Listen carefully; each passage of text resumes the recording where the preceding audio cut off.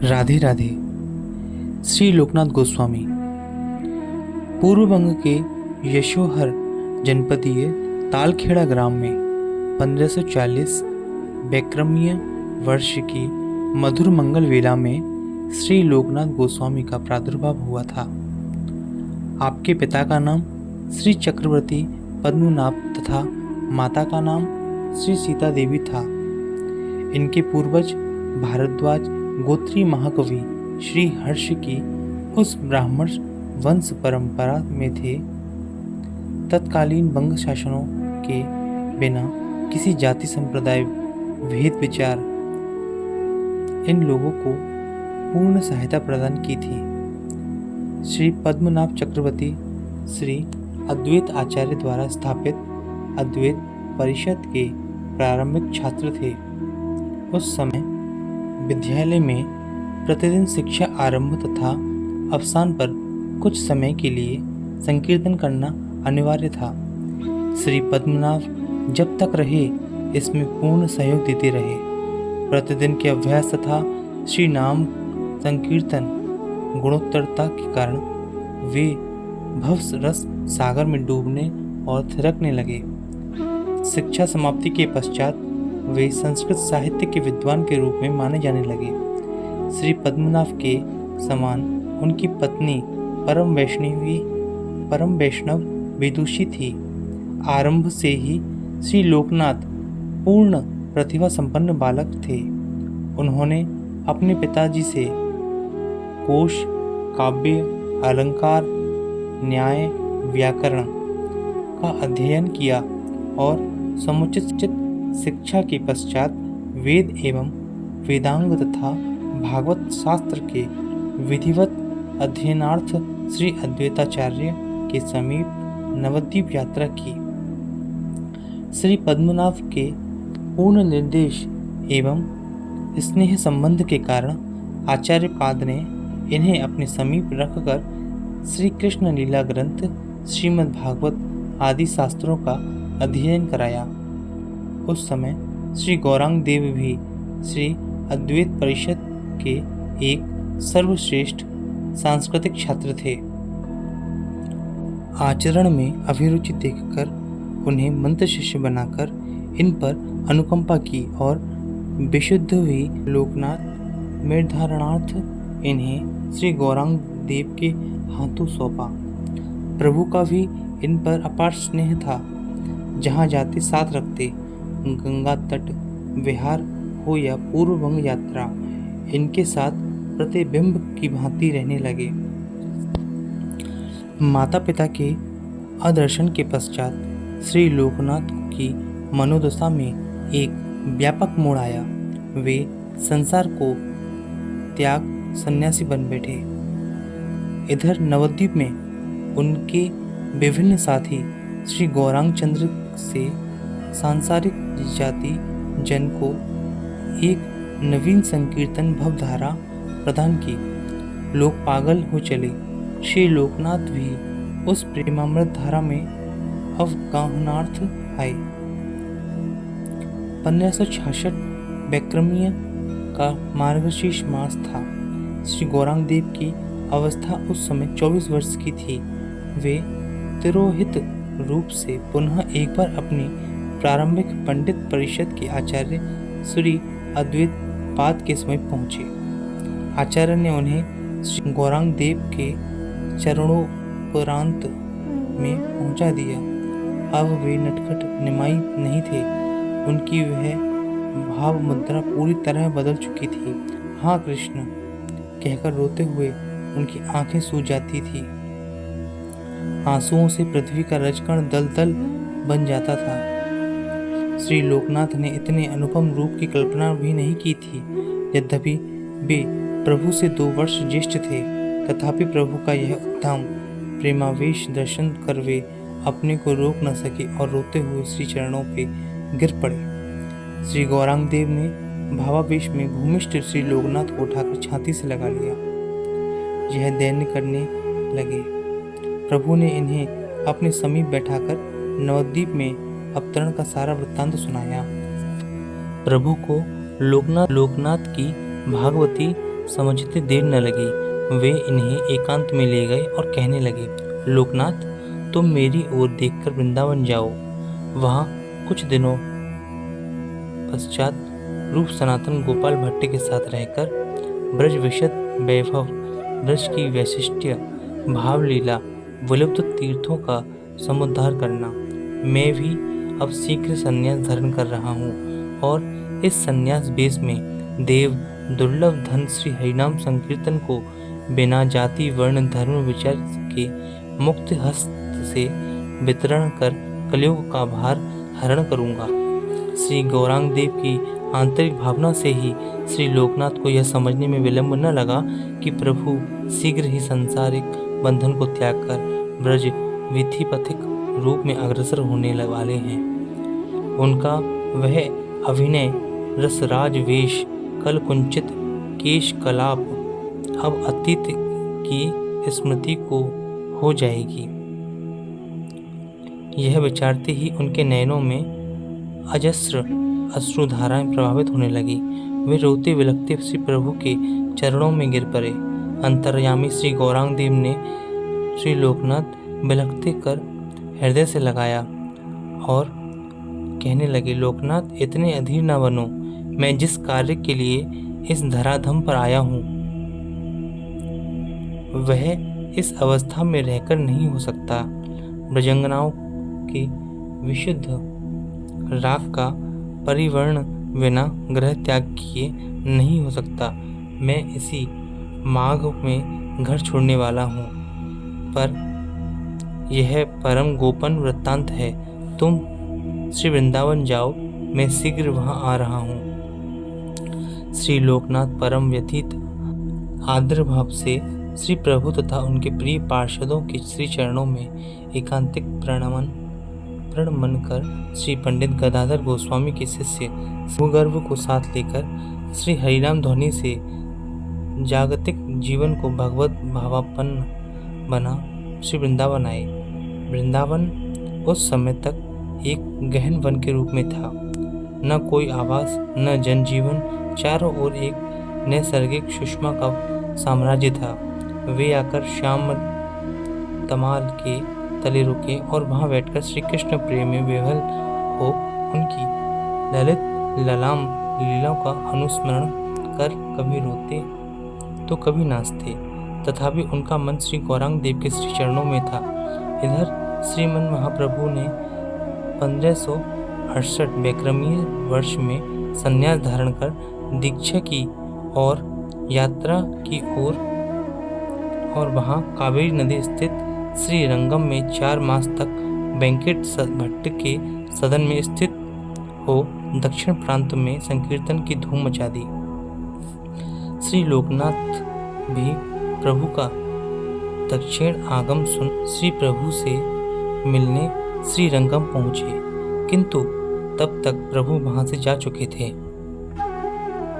श्री गोपाल भट्ट ने लोकनाथ को रोका एवं उनके साथ परमोज्वल ब्रज रस का आस्वादन कर अपने को ब्रज सेवा साधन के सांचे में ढालने की प्राग भूमिका प्रस्तुत की। दक्षिण यात्रा के पश्चात श्री चैतन्य देव की ब्रज यात्रा का संवाद सुन श्री लोकनाथ दक्षिण से सीधे वृंदावन आए, किंतु तब तक प्रभु वृंदावन से प्रयाग की ओर चल पड़े। बार बार यात्रा और प्रभु का आदर्शन इनके लिए असह्य हो गया, तो प्रभु ने प्रयाग जाकर दर्शन करूंगा या अपने शरीर का विनाश, दारुण मर्मांतक व्यथा, विशेष योगावस्था, सदा सर्वदा प्रभु के स्मरण में श्री लोकनाथ के शरीर की दशा ही बदल गई।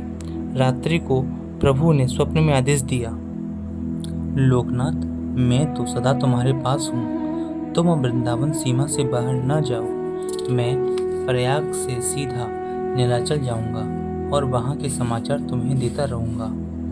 श्री लोकनाथ ने प्रभु के स्वप्नादेश को मस्तक पर चढ़ाया और अज्ञात रूप से ब्रज में निवास करने लगे। इधर श्री रूप सनातन, श्री गोपाल भट्ट, श्री भूगर्भ गोस्वामी वृंद धीरे धीरे वृंदावन आने लगे। इनके स्नेह साहचर्य सेवा साधन लीला ग्रंथ प्रणयन में श्री लोकनाथ गोस्वामी का बहुत बड़ा सहयोग था। ब्रज का जो आज वास्तविक स्वरूप है उसके निर्माण में श्री लोकनाथ जी ने सहायता की है। वह भारतीय वैष्णव इतिहास का सांस्कृतिक परंपरा में स्वर्ण अक्षरों में लिखी जा चुकी है। श्री वृंदावन प्रियान वंदे श्री गोविंद पदाश्रितान श्रीमत् काशीश्वरम लोकनाथम श्री कृष्णदासकम। श्री वृंदावन के सर्वप्रथम विकास तथा ब्रज के विलुप्त 333 तीर्थों का समुद्धार करने के पश्चात श्री लोकनाथ ब्रज के परम पावन स्थान छाता तहसील के उमराव गांव में एकांतिक भाव से निवास करने लगे। वहां का किशोरी कुंड और उस पर स्थित तरुण तमाल तरु उनकी साधन स्थली थी। वहां बैठकर वे अनन्य भाव से नित्य नियमित मानसिक सेवा करते थे। कभी हाँ गौर, कभी हाँ राधारमण कहकर भाव विभोर हो उठते थे। भक्ति की आरती प्रभु से न देखी गई।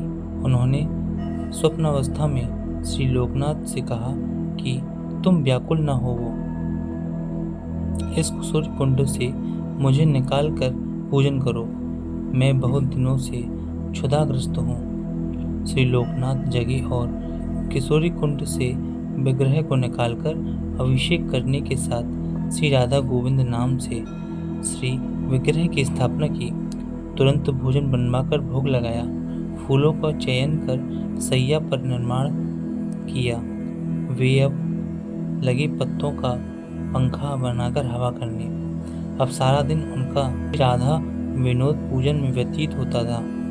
वे कभी चीघाट तो कभी रासस्थली के बकुल कदम्ब के तले, कभी निधोवन बंशीपट धीर समीर के तट पर जीर्ण शीर्ण बहिर्वास धारण कर अपने प्राण पीस श्री राधा विनोद की प्राण से भी अधिक आराधना करते थे। आप वर्षा से भीगकर श्री राधा विनोद को भीगने नहीं देते थे। उन्हें सर्दी हो जाएगी, कभी उन्हें वृक्ष की कोतन में छुपाते तो कभी गले में झोला बांध कर रखते। याचित भाव से जो कुछ मिल जाता उससे अपने प्राण की सेवा करते थे। श्री राधा विनोद ने रसोई भोग के लिए आपने एक शिष्य को नियुक्त कर रखा था, जो भोग के लिए अति सुंदर सुस्वादु व्यंजन बनाता था। एक बार वह बीमार पड़ गया। दूसरा कोई शिष्य रसोई में इतना निपुण न था। श्री लोकनाथ जी स्वयं ही अमनिया उन दिनों मनाते थे। एक दिन आप श्री राधा विनोद का श्रृंगार करके उनकी छवि निहारते ही रह गए। यह ध्यान ही न रहा कि उन्हें रसोई भी तैयार करनी है। रसोई घर में जब सामग्री लेकर कुछ शिष्य उनका इंतजार कर रहे थे, ये युगल छवि में ही गुम हो रहे थे। श्री राधा विनोद जी स्वयं श्री लोकनाथ जी का वेश धारण कर रसोई घर में गए और अमनिया तैयार करने लगे। इतने में एक शिष्य किसी विशेष कार्यवश मंदिर में गया। उसने देखा कि श्री गुरुदेव तो राधा विनोद की रूप माधुरी निहार रहे हैं। शिष्य के आश्चर्य की सीमा न रही। वह कई बार रसोई घर में जाकर श्री गुरुदेव को देखकर आए। अंत में श्री गोस्वामी जी को ध्यान से जगाया। वे भागे भागे रसोई घर गए। अंततः सब रसोई तो तैयार देखी, किंतु रसोईया वहां से फरार हो गया। यह देख सब शिष्य समाज रोमांचित हो उठा। जब आप मंदिर में आए तो श्री राधा विनोद जी के मुख पर आज अनोखी मुस्कुराहट देखी। इन समस्त कार्यकलापों में उनके सहचर श्री भूगर्भ गोस्वामी का बहुत बड़ा सहयोग था।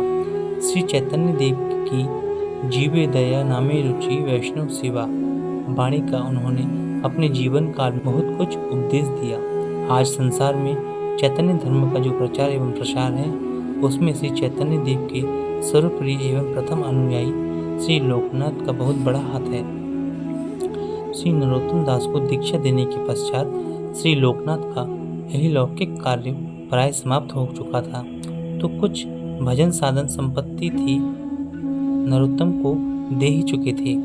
रागानुगा सेवा का विधि विधान जो कुछ था उसे बताने के बाद उन पर बचा ही अब क्या था।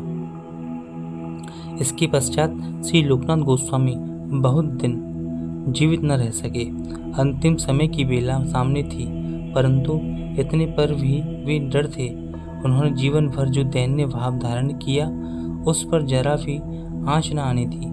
श्री चैतन्य चैतन्यामृत लेखन के पूर्व एक बार श्री कृष्णदास कविराज आज्ञा लेने के लिए श्री लोकनाथ के चरणों में उपस्थित हुए।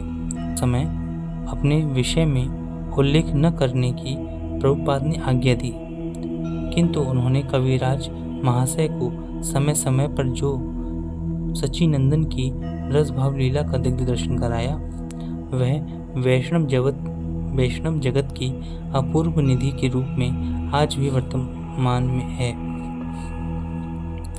श्री रूप सनातन पाद ने तिरोधान से श्री लोकनाथ विरह विधुर विप्रवल्लभ दशा में रहने लगे। अब जीवन में सार ही क्या बचा था। अंत में वे 1645 की श्रावण कृष्ण अष्टमी को ब्रज के खदीर वन खैरा की कुंज कुटी में श्री राधा विनोद का चिर स्मरण करते हुए नित्य निकुंज निकुंज में प्रविष्ट हुए। इस स्थान पर आज भी युगलकुंड श्री लोकनाथ गोस्वामी का स्मरण करा रहा है।